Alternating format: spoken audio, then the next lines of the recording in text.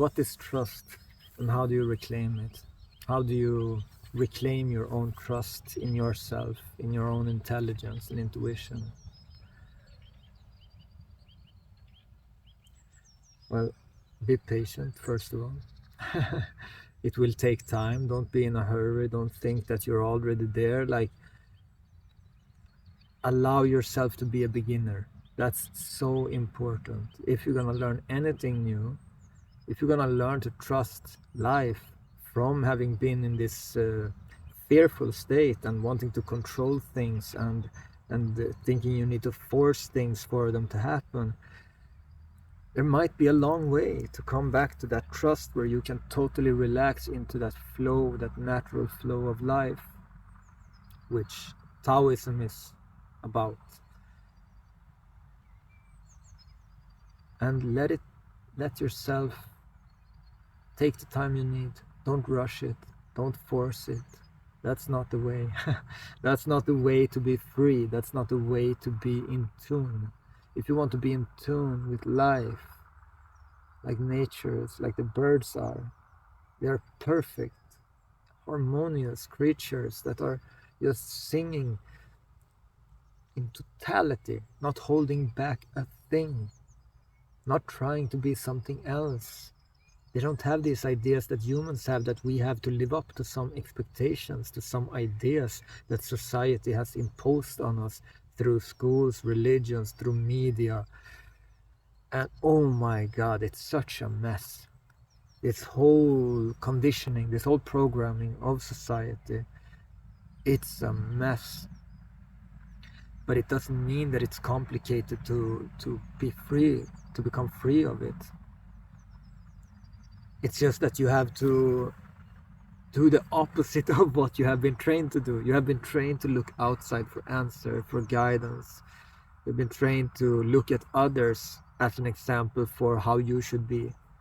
Like when you grow up, you were, maybe laughed at when you were a child, or you were somehow getting the message that if you are yourself, spontaneous and free, you are weird.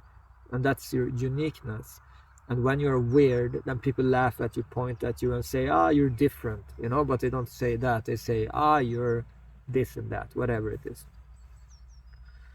And then we don't want to experience that kind of feeling of being outside, of being pushed away, of feeling that pain of separation. So then we look at whoever we look up to, maybe our parents or some friends, but many times our parents know from that we are very small. We look up to our parents and like, how do they react in this situation? How do they respond to the situation? And then we see how they respond, and then we copy that, because that is a safe way. We see that they are not being pointed at, laughed at, and ridiculed, or feeling like an outcast or misfit, like from being themselves, or what we think are themselves. But they have also been trained, they have also looked outside to copy others, and that's how everybody is becoming more and more the same, and thinking the same, and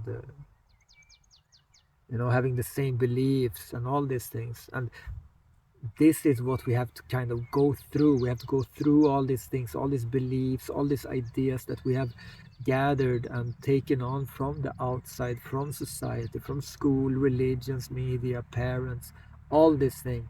And it's nothing against our parents, it's nothing against anyone. It's just for ourselves to be free, healthy, well, and happy. And it's really like, it's really about self-knowledge, self-acceptance, self-love. It's about healing that connection to the deepest aspects of ourselves. It's really about healing that connection to the source, to ourselves, to love, to our soul, to the soul. And it's not done by force, it's not done by control. And trust, it's not cheap. It's not easy to regain it after you have lost it. No, it can be, of course. I mean, it can be easy, but it might take a lot of time and dedication and some kind of effort. But I wouldn't say effort really, because it's not effort. It's just that there has to be this kind of commitment to come back to the natural, to not choose what you have chosen again and again by automatic, by like the programming will have you repeat the same things again and again and again and again, while your curiosity, your natural curiosity, will have you explore new things. And that's for you to reclaim your curiosity, your freedom to be free, to be exploring life and learning and understanding things. But the thing is, when you learn and understand these things, truth about the situation of humanity, of yourself, of your conditionings, don't expect people to listen to you. Don't expect people to follow you or understand the same. Like when you try to speak to other people, it many times becomes a waste of energy because you cannot change others. And that's what we have kind of learned now. That's again the programming, that we are trying to change the outside for the inside to change. Just like this idea that, oh, I cannot feel peace because he is doing that, or because he is like that, or she is like that. That's because of that I cannot feel peace. And that's not true. That's a trick of the mind. That's like you're escaping from your own responsibility. And that's a key word: responsibility, your ability to respond. And that responsibility, that ability comes with awareness. Because without awareness, it's just a program, and you're just in this reaction to life, this automatic reaction. So reclaiming your consciousness, that gives you freedom to choose. So unless you have awareness, you have no choice. It's just the repeating reactive program that is running on automatic. And it doesn't lead you anywhere good. It's a misidentification with mental noise, with ideas and beliefs that are not true. But as you haven't looked at them, you just assume that they are true. You haven't really questioned them. You have just taken on and said, okay, because it's convenient. And if you try to ask something in school, no, when you grow up, or even to your parents, it's just like, no, you don't know, you're a kid, you're less. That's what we learn. You don't know because you are too small. And that never goes. That idea never goes unless you look at it and see that it's not true. The grown-ups doesn't know. They think they know, but they are the biggest fools, you know? The fool who thinks he's wise is definitely a fool. The fool who knows he's a fool, that's less of a fool. And yeah, we just have to see that we are in the situation that we don't know, and we are here to learn. I am here to learn to understand myself better. And I see that when I understand myself better, I understand everybody better. When I find acceptance for myself, I find acceptance for others. And then I grow my patience and compassion. And then I'm healing myself.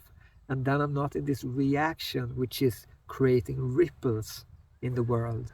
This reaction, this negative reaction, is creating ripples. It's just showing that it's not healed. But when it's healed, it's just love, it's just compassion, understanding, patience. And that is for you to claim. But awareness, that is the key. Awareness, practicing awareness, that's meditation. Being still, doing nothing, watchful. Things will come up by themselves, naturally. And as you look, you don't try to force it away. You don't try to repress it anymore. You don't try to control it. You simply are there, present, watching. Then you will see understanding comes naturally, acceptance comes naturally, let go happens by itself, and transformation happens by itself effortlessly. Effortlessly, it doesn't mean it's going to be easy, because you're still attached to those ideas, those beliefs, and that's the challenges you're going to meet on this path. You're going to have to face your own ideas and beliefs about yourself and about the world. But this represents liberation.